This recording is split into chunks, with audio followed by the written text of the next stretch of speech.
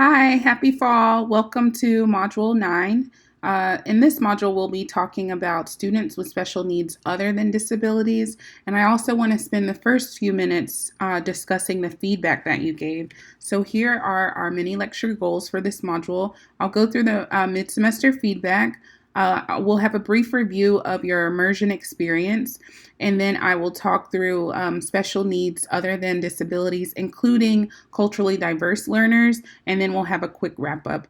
I'm going to try to really work hard to shorten the presentations just a little bit, and I'll actually just jump into some of your feedback. So thank you so much to those of you who completed the mid-semester evaluations. Obviously, those are not required. None of your evaluations are, but they are extremely helpful. So I appreciate those of you who did that. We had 50% of you complete those. So some of the things that you all said that are going well so far in the course. Many of you said that you are enjoying the pace and the organization of the Moodle website. Many people liked that we have both audio lectures and the slides without the audio, so I'll continue to do that. Many of you enjoy the weekly reflections. You said that it gives you a chance to really kind of reflect, but also to think about how to apply the knowledge that you're learning in this class to your practice. A few of you said you really enjoyed the immersion experience. Many of you actually spoke more to that in your reflections and in your discussion board posts. So that wasn't, I think like 3 people said it in this survey, but I saw it much more often in your discussion board reflections.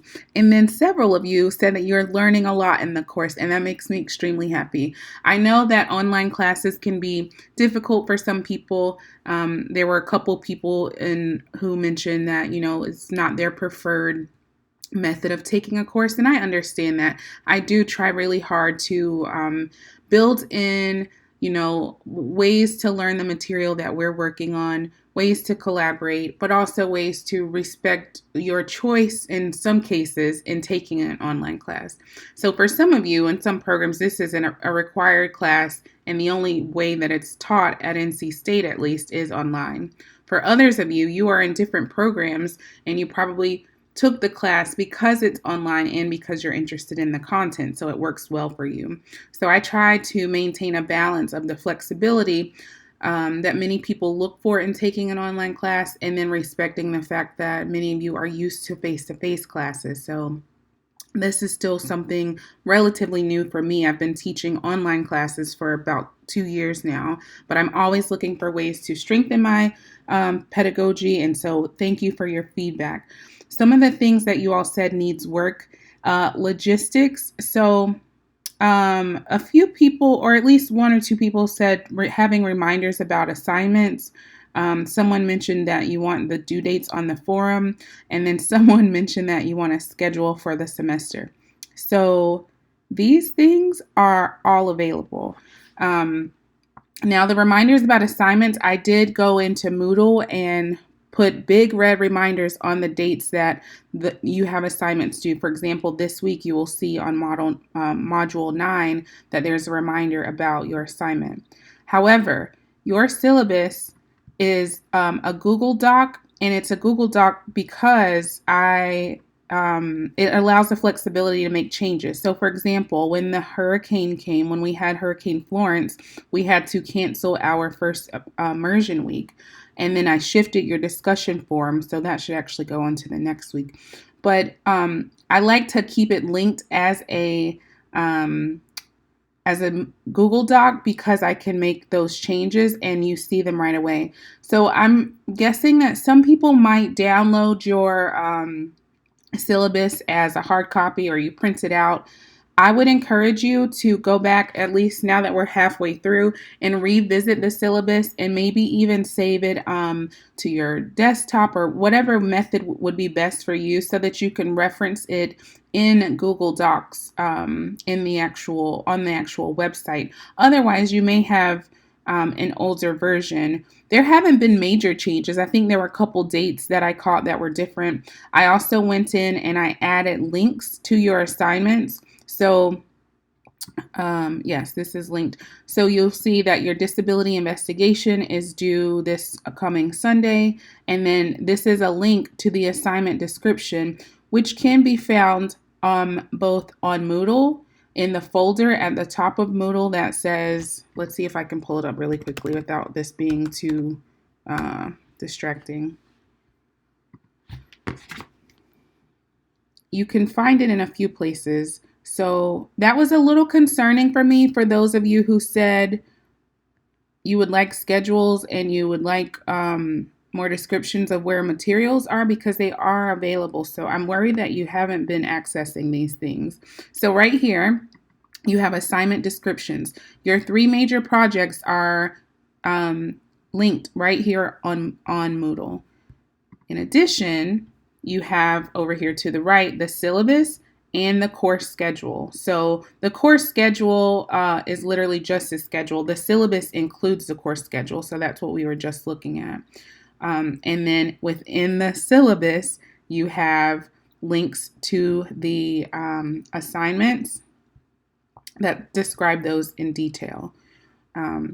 So if you still have questions about where things are, I encourage you to reach out, but I think you should have more than enough access to descriptions of your assignments. So be sure to take advantage of those options in terms of accessing all of those things.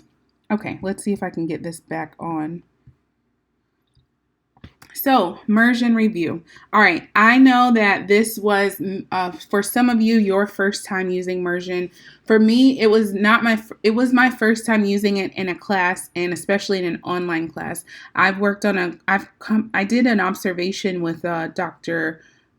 Jeffrey, I think last year, and I actually know the people who developed immersion, so I've been familiar with it, but it was also my first time using it in the classroom with my students. I just want all of you to know how proud I am of you and what a wonderful job you all did. I knew you, I read all of your discussion board posts this week. Thank you so much for working on those. I know some of you were a little frustrated with just being thrown into it, and I will definitely try to do a better job of preparing you for the next session in terms of what you're expected to do moving into the immersion session. Again, for me, it was my first time too, and so we were all kind of learning. You definitely will all receive full credit unless for some reason you were late or missed your session. Everyone is getting full credit because you participated really well. I saw that many of you had even it seemed like some of you were looking at notes that maybe you had prepared some lesson plans, and I saw some of you reflect on that in the discussion board. I really loved your discussions around kind of the perceptions and misconceptions of what children or students with autism might quote unquote look like, or what we call in behavior is topography. So the topography of behavior among children with autism can be quite different. And it seems like some of you had that expectation that Nate would be very quiet and hard to engage, or maybe not social at all, or maybe had severe behavior problems. But it seemed that his behavior or his topography was quite the opposite of what you expected. So I think you all did a really wonderful job. I would love to continue to have your feedback on immersion. Our next one will be after it's going to be very close to the end of the semester after we do the module on behavior management. So that one's probably going to kick it up a notch and be a little more difficult, but I will be sure to provide you with a synopsis of the scenario in advance, and I will do my best to give you a bit more clarity and instructions in terms of when you log on what the expectation is. I think there's enough flexibility. The cool thing about this software is that you're engaging with these students in real time, and they can see you. So that's why I would love I think there were a couple people who had some audio visual issues with their cameras. Just try to troubleshoot those before our next session, because the students are really cool and they'll say things like, "Hey, Mr. Boyles, I like your glasses," or "Cool sweatshirt," or "Why are you wearing that Carolina sweatshirt," etc. So it's fun to be able to engage. So if you can make sure that your camera works, they can see you just like you see them. And it's just like real life, right? So there are going to be weeks where you go into the classroom and you haven't had a chance to prepare your lesson plan as thoroughly and as comprehensively as you would have liked, and you're going to have to roll with it. You're going to go into the classrooms on Mondays, and for kids with and without disabilities, coming back to school after the weekend or after a long break often takes a bit more of time to kind of get back into the routine. And so there are going to be no single day will be the same, right? And so I think this was a good opportunity to just kind of see what immersion is like. Also, backtracking a little bit, the initial immersion session that we had to cancel due to the hurricane, that one was supposed to be a parent engagement, like parent-teacher conference session. And the idea with immersion, or at least with the way I've designed and scheduled the sessions, was that it would be a scaffolded sort of learning opportunity. So at first you would engage with a parent in a less challenging way, and then you would engage with Nate, who requires a bit more support, and then your final immersion activity is to provide or to engage your students effectively while also managing behavior problems throughout the classroom. So that's kind of the intention and the plan. Obviously, we didn't get to start the first one. So you basically all jumped in at a level 2 and you skipped level 1, and you still did a really great job. So I just want to acknowledge that. I saw a lot of you were kind of really hard on yourselves in your discussion board post, but you really did awesome. I think many of you were adapting, in real time. You were kind of coming up with new ideas. I know the solar system is not a content area for all of you. It wasn't for me either. But so again, you want to prep a little bit in advance. So whenever I give you the scenario for our next one around behavior, you want to just do a little bit of prepping, and so that you are prepared as you go into it. Okay, I think that's enough on the immersion review. The big point is that you all did a great job. I will do a better job of introducing you and letting you know what to expect before the next one. And I think that's it.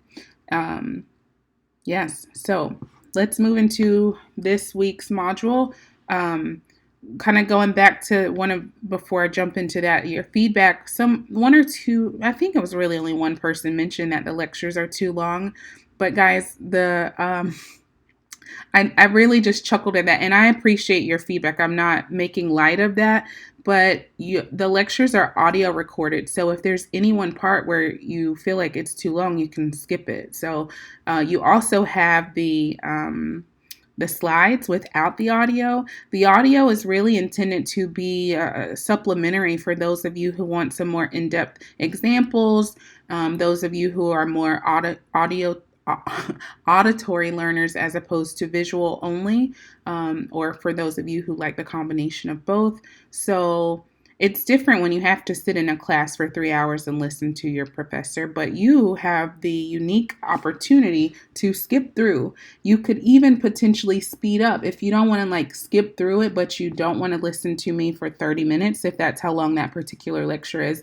There's tons of software to just speed it up. Okay. So, the three things that are bolded under the needs work section are the reminders about assignments, which I have added to Moodle so that you can see in big, bright red letters when assignments are due. I will do a better job of addressing the immersion expectations before our next immersion experience. And then a couple of you actually wanted more discussion posts. And then one or two people mentioned adding quizzes or another way to measure knowledge. Now, since we are more than halfway through our course, I'm not able to add assignments that are required. That just wouldn't be fair. So I'm not going to add any new quizzes. I will try to add one or two more discussion posts, and I will make those not voluntary. Sorry, I couldn't think of the word for a second. And that way, hopefully that kind of satisfies,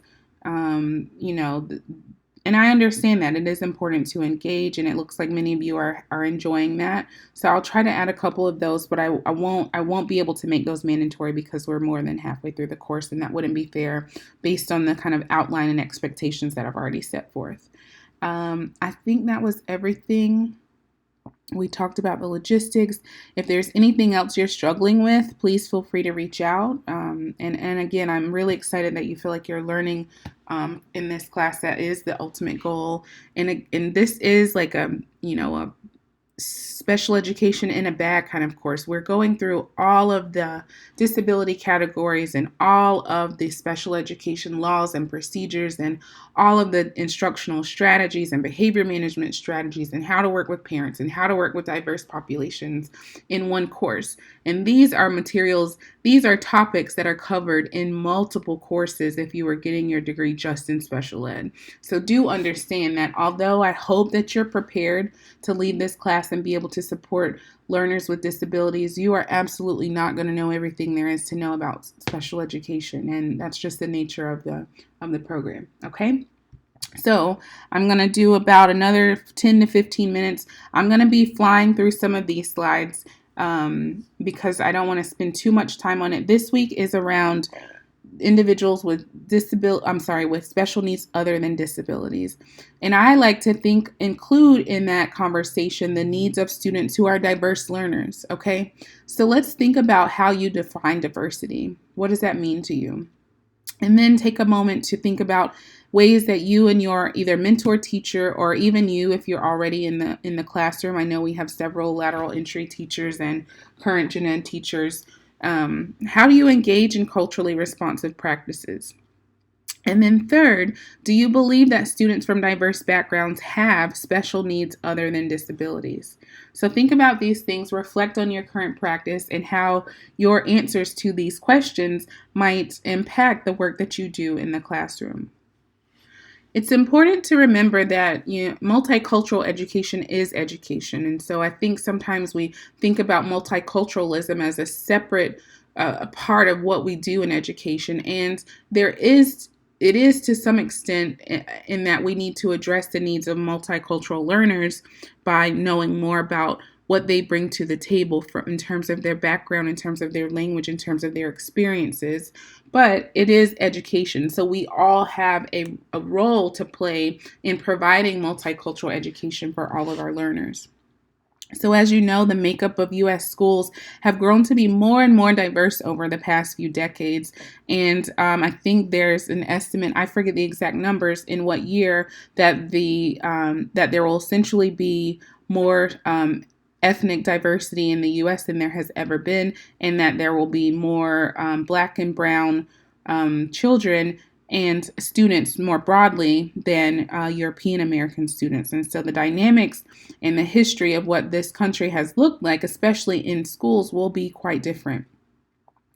We know historically that there's been an overrepresentation of, again, Black and brown children in special education. And we talked a little bit about that in the beginning of this class. Some of that had to do with the diagnostic measures that were culturally insensitive, that were not given in the language, in the child's native language, that were provided by diagnosticians or psychologists who were operating in their implicit biases. So there are a number of issues that have contributed to the overrepresentation of particular populations of students in special education. And more recently, there is an underrepresentation related to autism, specifically in children of color, and also an underrepresentation of children of color who are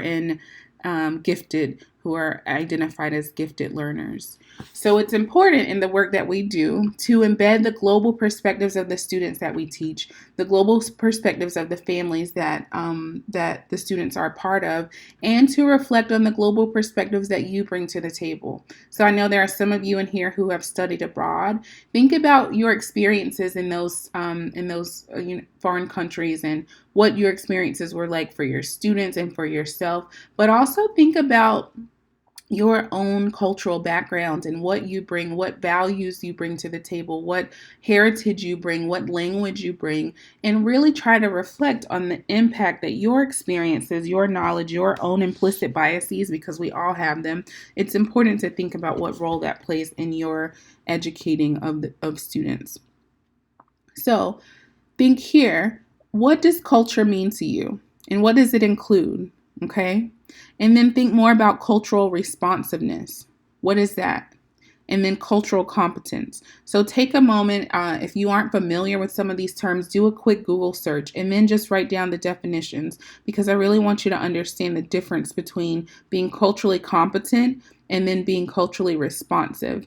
And we often like to take it a step further and talk about being engaging in cultural reciprocity. So think about how disability fits into the discussion of culture and why it's important to acknowledge the cultural diversity of the students that you teach. So, to become a culturally responsive teacher, you need to engage in these ongoing processes.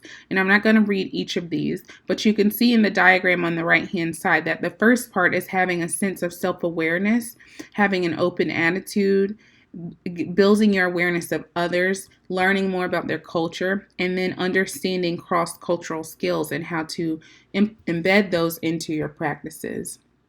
So you can reference this slide, and maybe I'll try to upload some additional culturally relevant readings for you that are in addition to our textbook that you could reference as a tool when thinking about how to support learners who are culturally, ethnically diverse.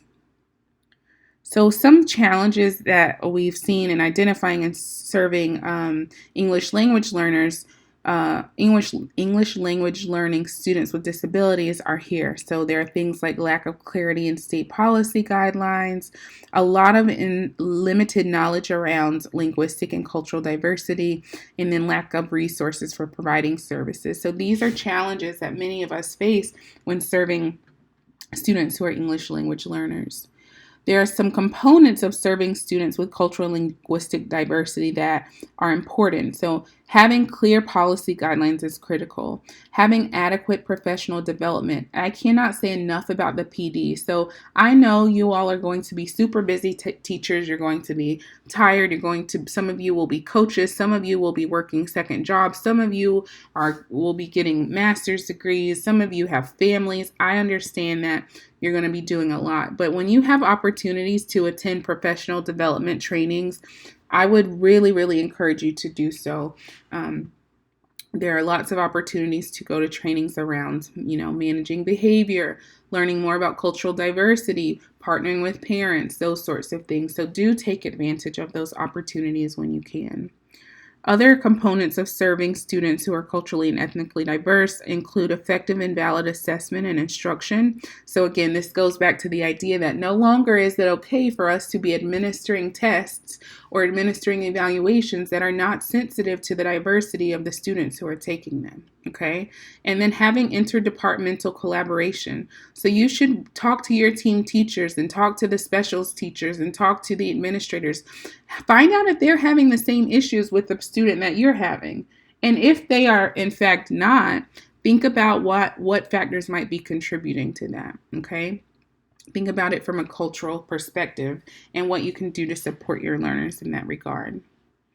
So students with special needs other than disabilities include those who are not eligible for special ed services, but they have needs that put their learning at risk.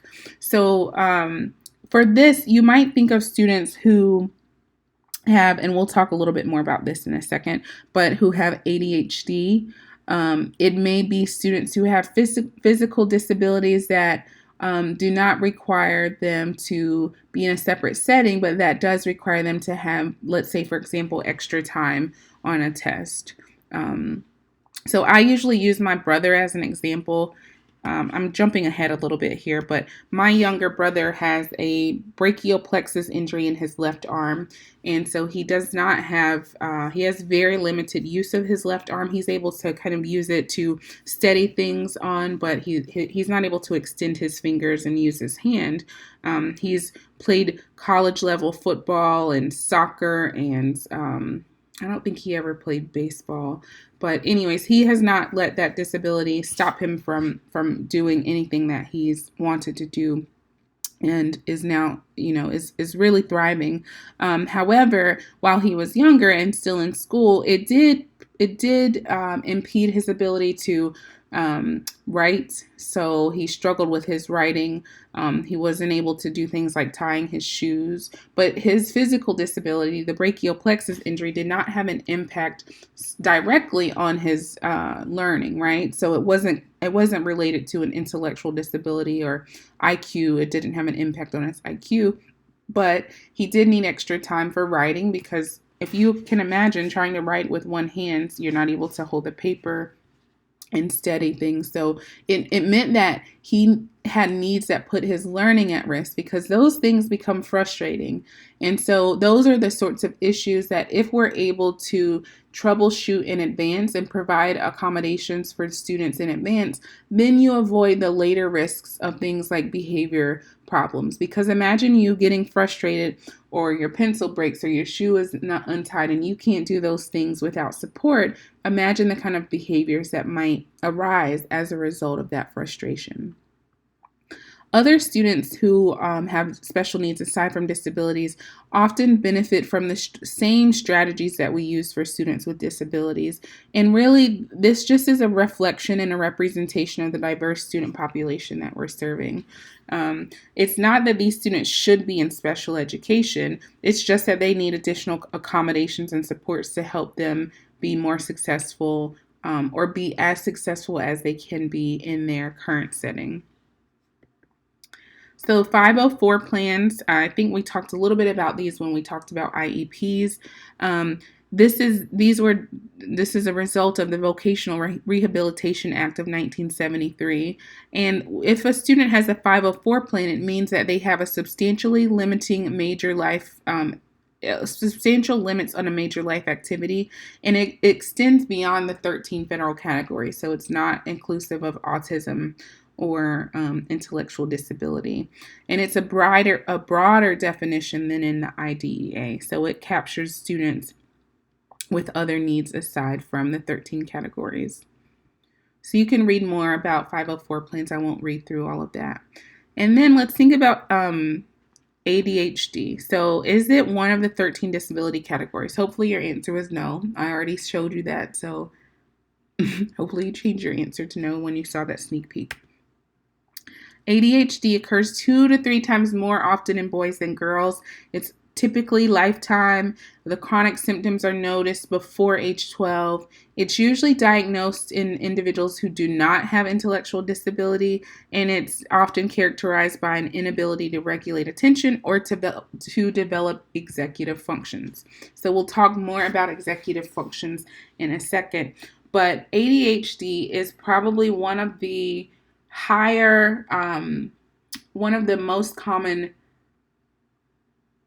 challenges that you will face in the classroom. And I pause because I didn't want to use the word disability because it's not technically recognized as a disability category by IDEA. Students with ADHD are either usually fall into one of two categories.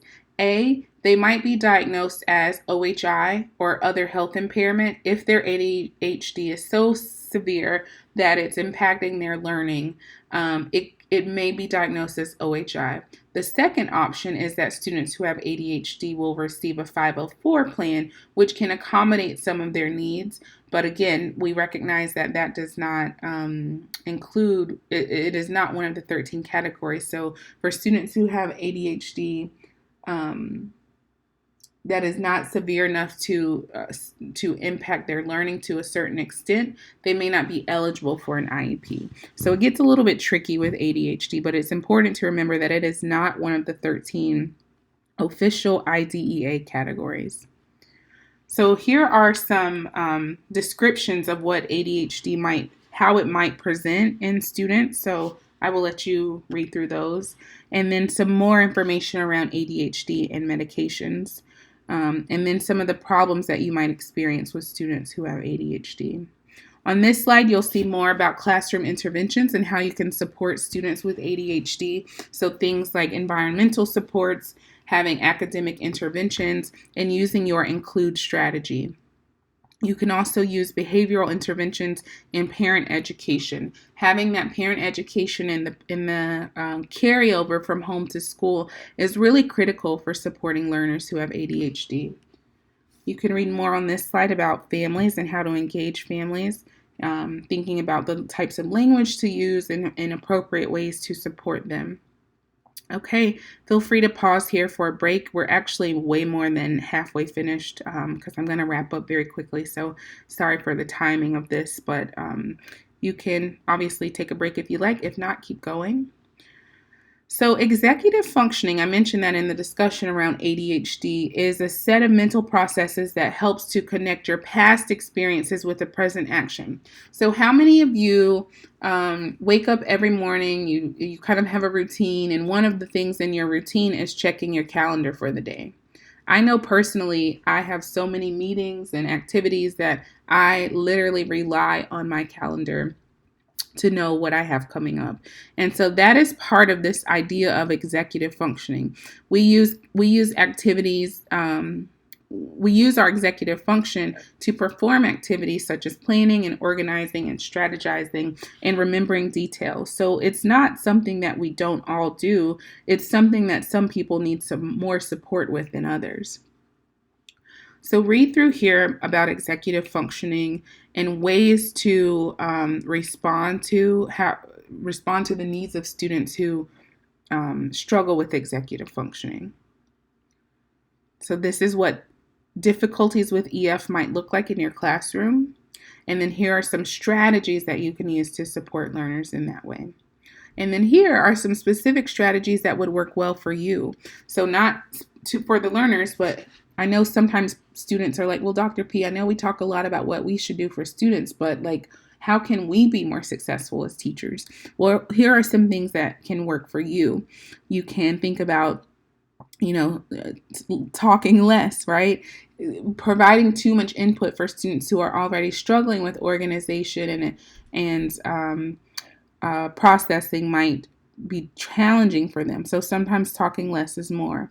Sometimes you have to be patient and wait the child out, not forcing your students to do activities that are overwhelming. So these are strategies that would be effective for you to implement. So we are actually very close to the end. I don't know how that break got put so far back, but I would like for you to think about how you might engage in an instructional strategies workshop with the student who has ADHD. So the first thing I'd like for you to do is to pause here and identify 2 to 3 strategies that you can employ to support Seth. So Seth is the 3rd grader in this case study who has been on medication to help manage his ADHD. I know many of you are middle grade students, but let's just roll with it. So you want to think about ways that you might collaborate with Seth's parents to generalize these skills across settings. And you can reference some of the suggestions that I just highlighted on the previous slides. And then you want to think about what peer-to-peer strategies you might employ to support him. Okay? And then when you wrap that up, we'll move on into gifted and talented learners.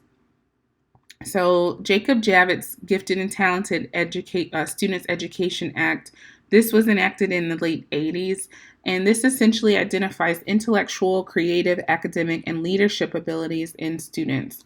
And so this act says that these students have unique needs, and it does not require specific services, but it leaves this to states and local districts. So AIG is quite different, and even from district to district, and most definitely from state to state, and it's often affected by prevalence and potential.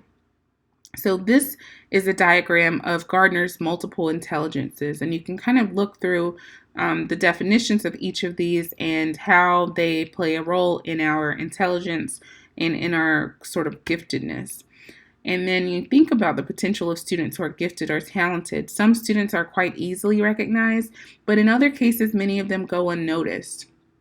And so there are some at-risk groups like young boys or teen girls or geniuses or those from diverse cultures who and those who have disabilities who might be overlooked because, quite frankly, there's a misconception that students with disabilities cannot also be gifted learners, and that is absolutely untrue. So you want to keep that in mind, that there is potential in all learners to be gifted, and you don't want to just make assumptions about what giftedness means or what it looks like for your students.